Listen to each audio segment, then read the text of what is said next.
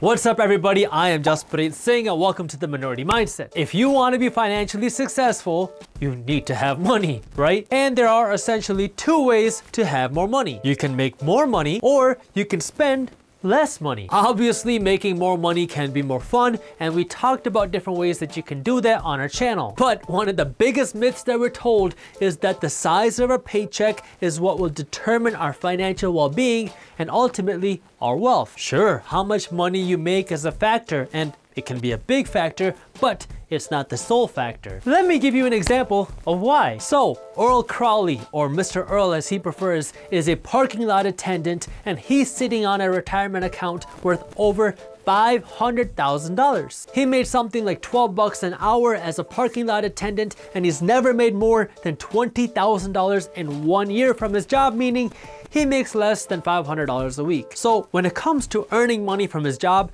he's nowhere near your top 1% or 10% or even 50% of earners. But even though he was making less money than the majority of people in this country, he was able to raise a family with 3 kids, and now he has more money saved up for retirement than 90% of people in the entire country. What you talking about, Jaspreet? If you have over $274,000 saved up for retirement, you are in the top 10% according to the 2016 Economic Policy Institute study, and Mr. Earl has over $500,000 saved up. And in case you didn't catch it, there were actually 2 jaw-dropping statistics in the last sentence. 1, Mr. Earl has built up a huge nest egg off of his small salary, and 2, the top 10% of American families have $274,000 saved up for retirement, which means 90% of people don't. And this is a problem because the majority of people will need at least a few times that number to even think about retirement and maintain their current lifestyle, so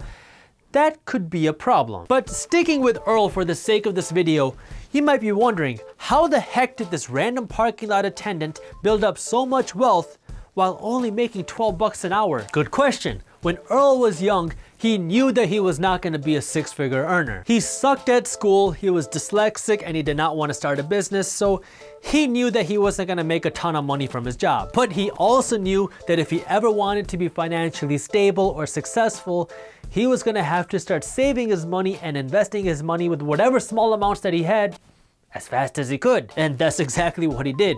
He started off by saving $25 a month, or less than $1 a day when he was a teenager. You might hear that and be like, what? 25 bucks a month?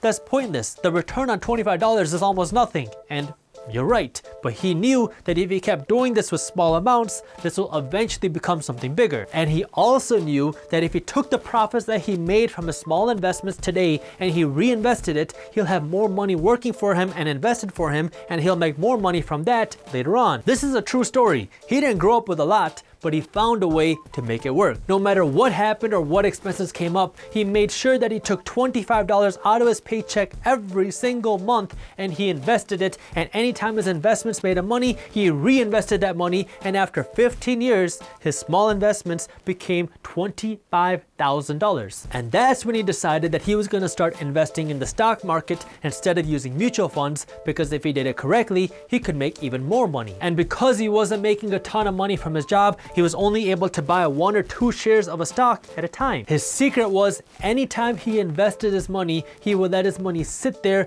and grow, and he would not touch it. And anytime he would make money from his investments, he would reinvest it back into the stock market instead of going out and buying a new fancy car or nicer things. And he kept doing this again and again and again, so his investments kept growing and compounding and snowballing. And these small investments eventually grew to over $500,000. Yeah, it did not happen overnight. It took most of his career, but he was a regular guy that made less than the majority of people in America, but now he has a retirement account worth more than 90% of the country. Now you might be wondering, okay, Jaspreet, that's cool and all, but I don't want to wait that long, so what do you want me to do with this information? I've been practicing my mind reading. Can you tell? But there's 3 things I want you to know. First, what the heck are you still waiting for? Time is one of the most important factors when it comes to compounding and growing money and your wealth. It's like when you're sitting there home alone and you have nothing to do, so you start watching infomercials and you see this guy screaming at you and he says, but wait, if you act now, I'll throw in this amazing plant for free, but you have to call this number right now and act fast. The sooner you start, the more you can have. It's as simple as that. Second, start with whatever you got. Stop telling yourself that you want to wait until you make $100,000 a year to start investing or to start your business. Just stop. Start with whatever you can. If you're sipping on Starbucks Frappuccinos and you're watching Minority Mindset videos off of your iPhone X, you can save a couple dollars a day, all right? Take that money and put it aside for you to invest later on or to use in your business. And if you don't know what to do or how to start, we have an ebook on money and investing. It's completely free and you can read it on our website by clicking the link up here or by clicking the link in the caption below. And third, you've heard me say this so many times. Live below your means. Look, just because you've got $1,000 in your account does not mean you have to spend it. The point of building wealth is to be able to live the way you want, whenever you want. But you cannot do that if you're living like a cliff spender. For cliff spenders, your financial statement looks like a cliff. You make money, you have money, and then it's all gone. You see that new $2,000 furniture set and you're like, ooh, that would look nice in my living room. So then you do everything you can to save up those $2,000, and then as soon as you save up that money, it's gone. Hey, where'd all my money go? And then you see this new 4K TV for $1,500 and it's so clear. So you do everything you can to save, and then your money's gone again. You gotta pick what you want. I can't make this decision for you. Do you want the new 4K TV today that chants your name every time you turn it on? Or do you want the freedom in the future? You are 100% in charge and no one's gonna do it for you. So you gotta make a decision and MIH, make it happen. And by the way, if you are interested in learning about Earl and seeing more of his story, we wrote a full article on him on our website and you can read it by clicking the link, I think it's up here, or in the caption below. If you enjoyed the video, hit that thumbs up button and share it with one friend so we can help spread the word. Don't miss our new videos on entrepreneurship, business, and money every single week. So hit the subscribe button and the notification bell, that way you actually find out when our new videos are released. And as always, keep hustling.